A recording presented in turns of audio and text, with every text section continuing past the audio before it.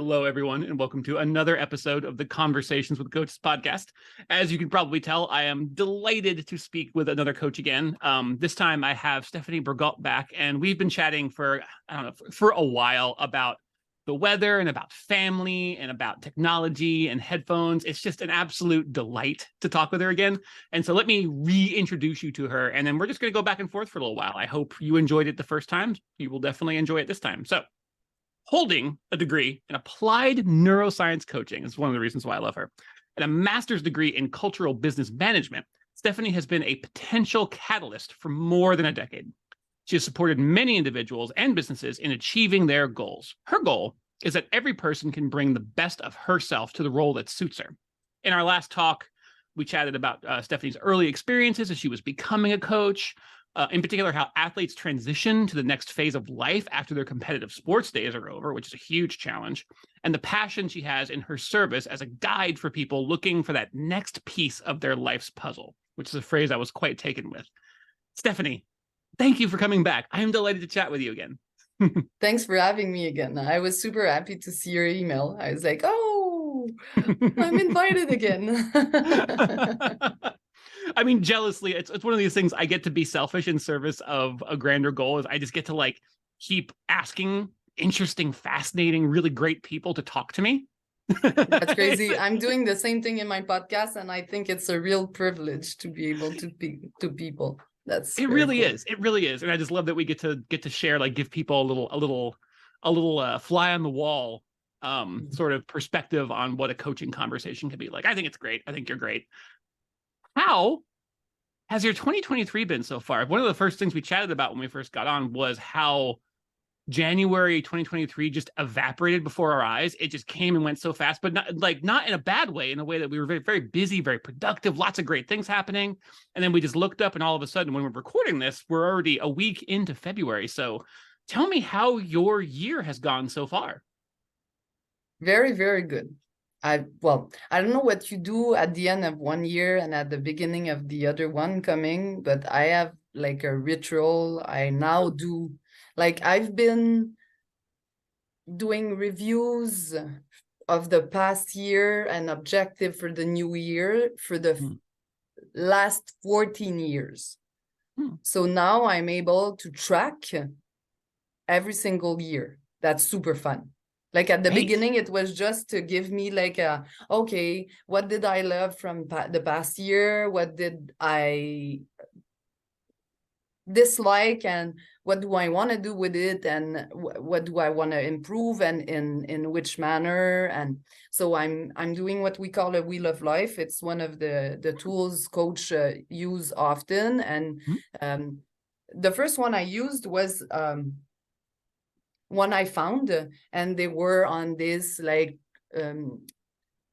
from 1 to 10, how much would you give to your family life, your personal life, your contribution, your sports, your health, your whatever.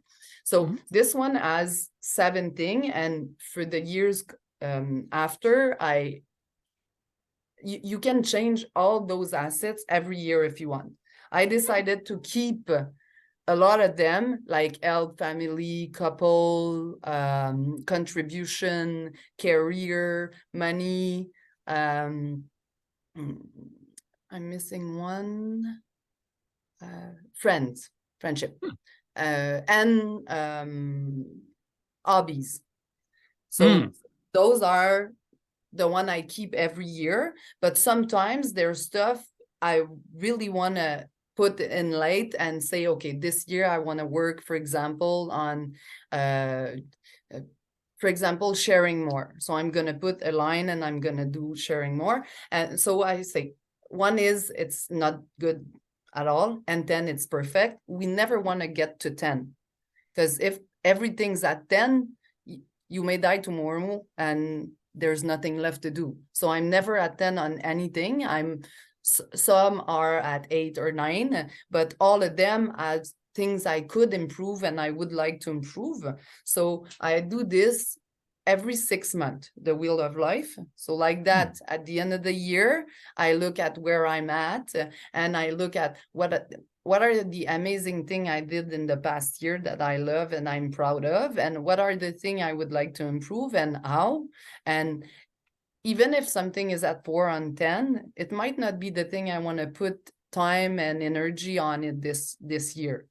Like, for example, your couple, your family life or your romantic life might be the thing you think would be a priority for you this year, even if it's at 8 on 10, because you want to push it to something else, because your kids are leaving home and you know it's going to be a big change. Because so I love this because it gives you a lot of flexibility to choose whatever you want.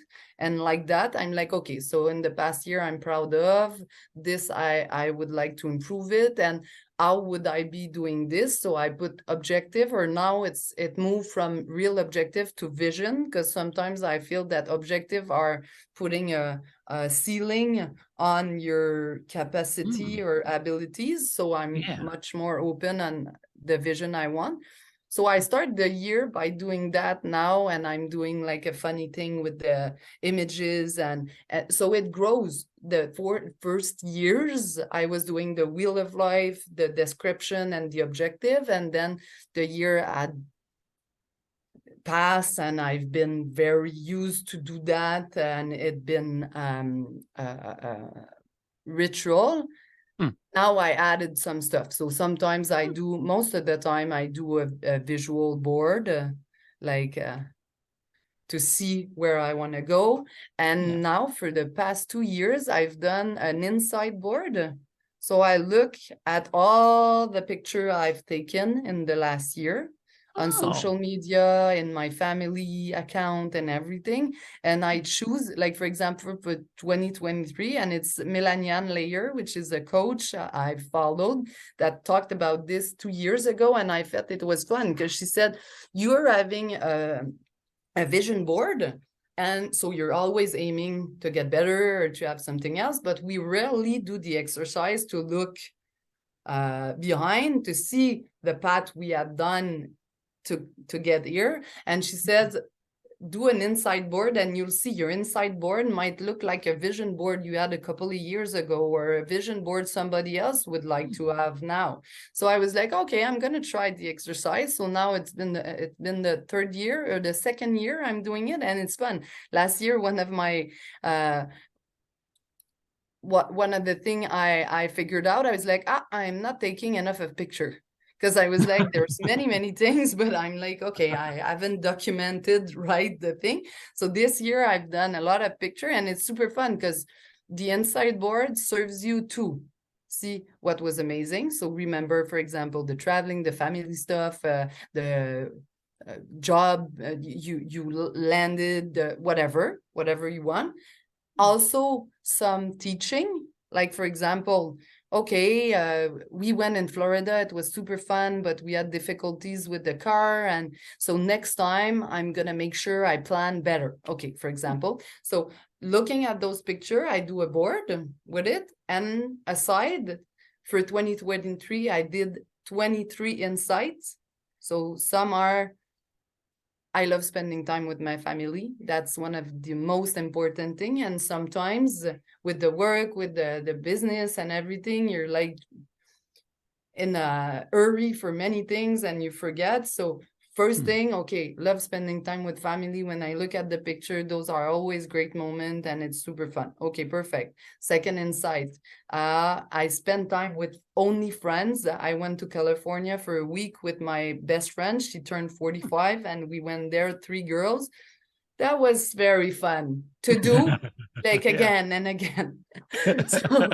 So those are insights, and some are like reminding stuff, some are learning stuff, some are putting light on something you've done but you often forget, like, for example, spending time with yourself or recording yourself, precious time or activities. So it's super fun. So I started the year like that. So my first year of January is finishing those activities I love, and now I do them with my kids and my husband, and they take images of stuff, and so it became with years a fun activity, but they're able to project themselves in something they want to do, want to become, want to experience. So it's super fun.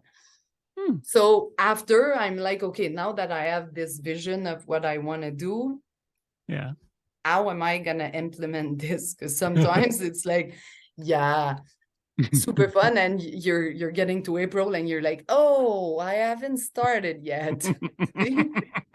So now the second, the third, like January helped me put some basics. Like, okay, I'm gonna do this. For example, I wanted to. I've always been training and moving and everything, but I want to go back to sports. We were talking about that last time. I love sports. So one of my friends invited me to boxing, and it's like a black light, big music, boxing, group activities, like a bit like spinning sometimes, and it's super fun. So I loved it. It's super quick, 45 minutes. I love it. It's very good for anger issues and everything. That's perfect to release all the stress in your head. It's perfect. So I loved it. I like, okay, perfect. I'm gonna go 3 times a week. So this morning I started my day 7 in the morning boxing. I was like, okay. So it starts your day like you're you're putting the energy out there into the world, getting riled up, maybe getting some of the excess whatever it happens to be out. Maybe you're putting a picture of somebody you don't like on the heavy bag, and exactly. And sometimes, for example, I want to spend more time alone with my husband. We have 3 children, so you know how it can get difficult. So we have an anniversary. It's gonna be 16 years we met in March, and it's gonna be 10 years we're married during summer. So in January, we already book like 3 days away. So we know 2 times it's gonna be done, and we're trying to do so once a trimester. So the other 2, we're gonna be able to place it whenever it feels, and if it's so. I'm making sure that, remember, I was saying I have priorities. So like there's mostly 3 or 4 main thing I want to work on. I'm making sure those are gonna happen because it's already settled, it's already reserved, it's already booked. It's like, for example, I already booked the 3 times this week, so I know I have it. This morning at 6, I was like, oh my God. But I knew I reserved and my spot was taken. I was like, okay, get up, you're gonna go there. The power of a decision making right there. It's like once you've decided, once you've committed to it, you don't have to every morning decide that at 6:15 or 6 a.m. it's time to get out of bed to go do it. You've already decided, you've committed to it. And so you're like, all right, let's do it. And really, it's a decision that makes the following decisions easier to make, commitments easier to stick to. And I feel like the intentionality with which you approach your year is I'm admiring of it quite a bit, because I think you've identified, rightfully so, that unless you make time for things, unless you really see it, plot it out, and commit to it, certain things just have a way of not happening. And like, for example, one of the easiest things in the world to do as parents of 3 children is to neglect yourselves in your relationship. And so I love that you're saying, you know what, schedule it, book this time together. We're going to celebrate each other together, and making time for that it's really the only way to make it happen, because with 3 kids and like thriving businesses, there's just so much going on. It's way too easy to forget. And so prioritizing it in that way, I feel like it's such a huge relief and such a huge additive to your life. It's like, I've decided to do this. I don't have to worry about it. It's done. It's going to happen. And the things that I care about are going to be cared for. And I just, there's so many things I love about the way you're approaching this. Yeah, exactly. Like that. So we find the caretaker for the kids. We know we're gonna go somewhere. We plan ahead. We know, like, for example, what are we gonna do? What do we feel like doing during this weekend? Okay, well, that or that, and that's super fun. And it evolves across the year, because you said something very interesting, like being non-negotiable, or now I say, do not negotiate with your brain. It's a great point. You'll usually lose that negotiation. All the time, because he wants you to keep safe, to stay in your lane. And okay, so I had big dreams.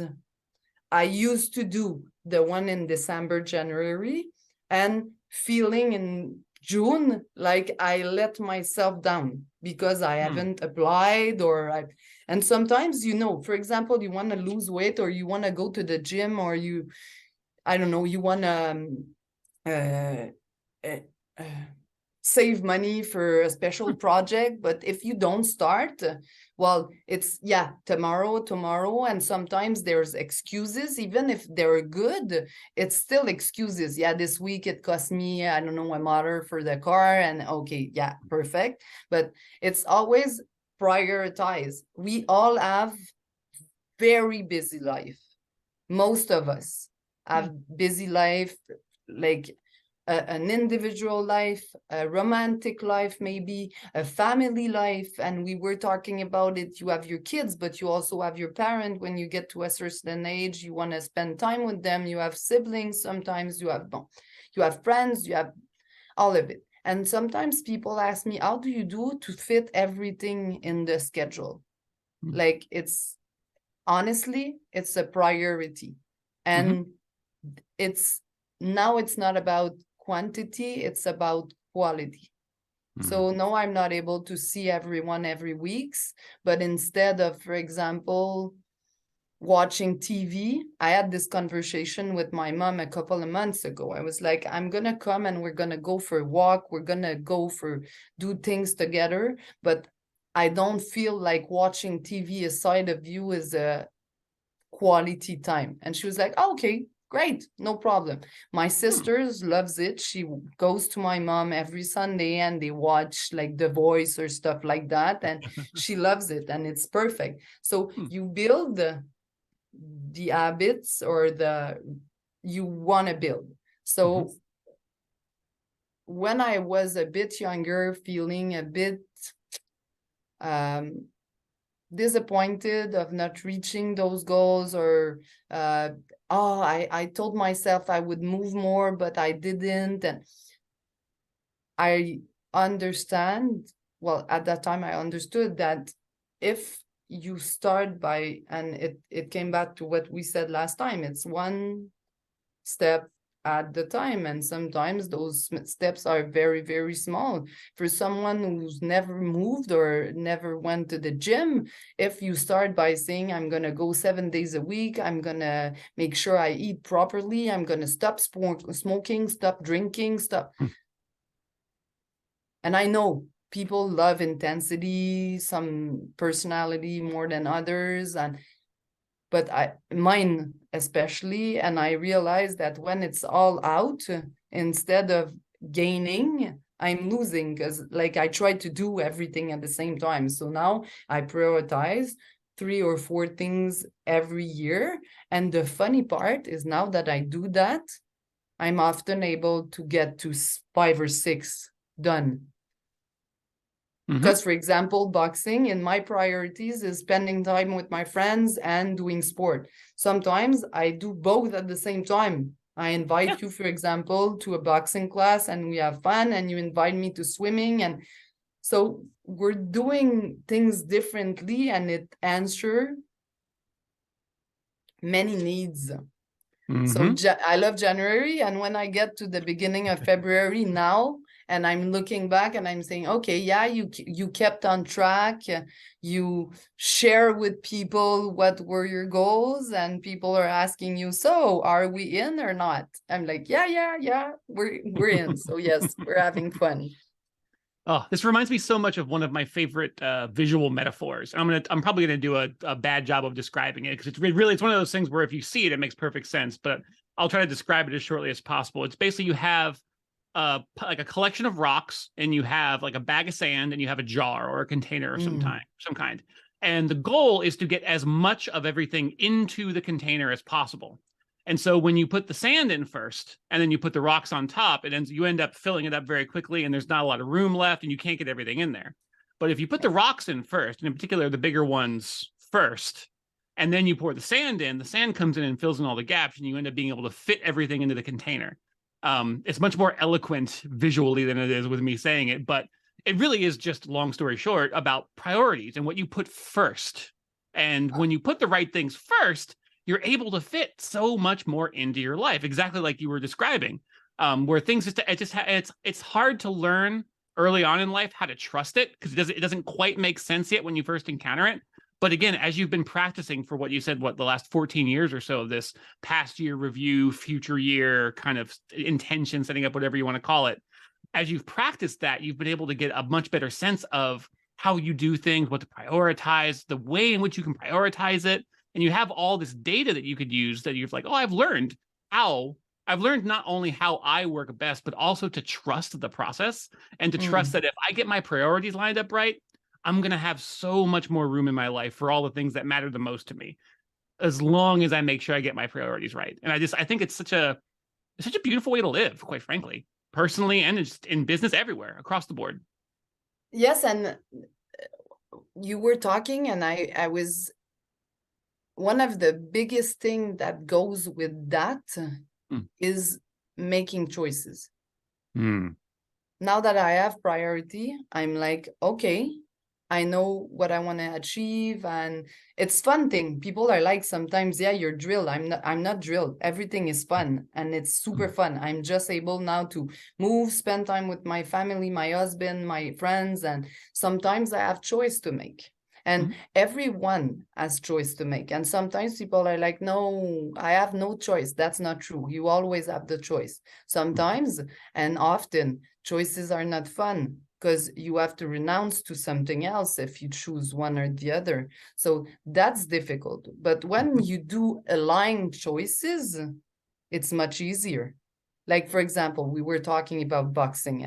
I told you, like 6 a.m., I was like, yesterday night, I went to bed around 11 or midnight, and I go to bed every night very late. I'm a night owl.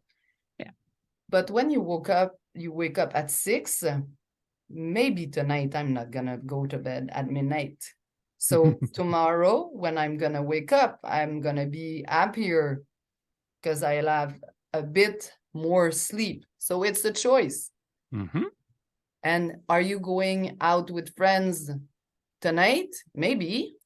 But you already know, if you're going boxing tomorrow morning, you're going to know that going to bed after a great lunch with sometimes wine will impact your envy to go boxing tomorrow morning at 6. So you make choice. And so often I do the choice to go to the supper, but I already know what it will bring. So it's a conscious choice. Yeah. You choose like what prices you want to pay. It's like, I know this is going to negatively affect something I want to do tomorrow, but I'm going to have a good time tonight that I want to have. And it's like, I'm going to go ahead and look at it and just decide. It's like, do I want to go ahead and have that and just pay the price? Make sure, just being aware of the fact that it is going to cost me something. I'm happy to pay the price for being alive. I love it. I'll pay it every day, every day I can. And sometimes that's going to involve being very responsible and knowing, like, you know what, I really want to show up in my best shape tomorrow morning for that boxing class. So I'm gonna eat my dinner a little bit earlier. I'm gonna relax. I'm gonna go to bed at like 10, and I'm gonna get like a solid 7.5, 8 hours sleep. Maybe I'll wake up a little bit early and just like maybe go for a walk or whatever, just to get the blood. Like little decisions like that just pay such huge dividends just by embracing the fact that you have choices to make. And they're going to pay out differently as you go through your life. Ignoring that, you end up in this place where you feel like you don't have choices, where you feel like everything's decided for you. That's something you can take control of. You can take that back. And great, like you said, and I feel like it's important to highlight that too. It's like, not every choice that you make is going to be easy or feel very good. So in fact, a lot of them don't feel very good in the act of choosing. But having chosen, I don't know how to say it better than just try it out. Trust me, it's a life well lived when you embrace that power that you have. Every time you can, make the choice, even if it's hard, heavy, awkward, messy. Make the choice based on your priorities. Often stick to it. Don't be be flexible, but stick to it. For example, if Mhm. I decide to go for the lunch tonight and I end up going to bed at 1, tomorrow morning, remember what I said at the beginning, don't negotiate with your brain. You said you're gonna go boxing, you're gonna go. Because if not, I prefer making hard choices and do the step by step I want, than not doing those choices and feeling that I'm not living the life I would like. I'm stepping away from what I really want. So making choices gives you the opportunity to really own what you experience in life. Yeah.